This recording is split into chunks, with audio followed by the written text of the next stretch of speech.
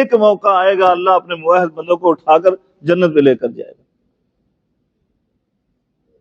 لیکن شرک والا بندہ خالدین فیہا ابدا، وہ ہمیشہ ہمیشہ ادھر ہے، کبھی نہیں بچنے والا، جتنا مرضی اچھے عمل کیوں نہ کر کے جائے.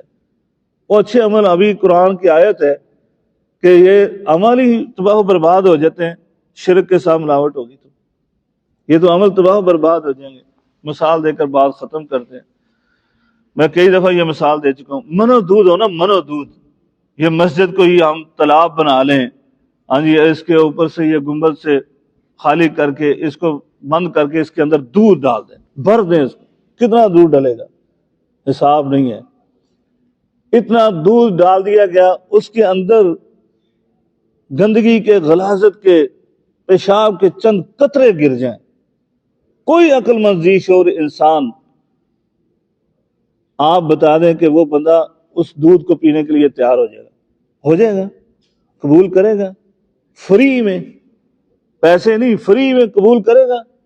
کوئی نہیں کرے گا، اللہ کہ جو عقل سے آ رہی ہے وہی ہے.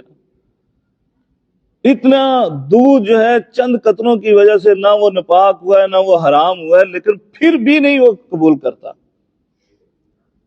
تو میرا اللہ تمہارے اعمال کو قبول کرے گا شرک کے ساتھ؟ کبھی نہیں کرے گا.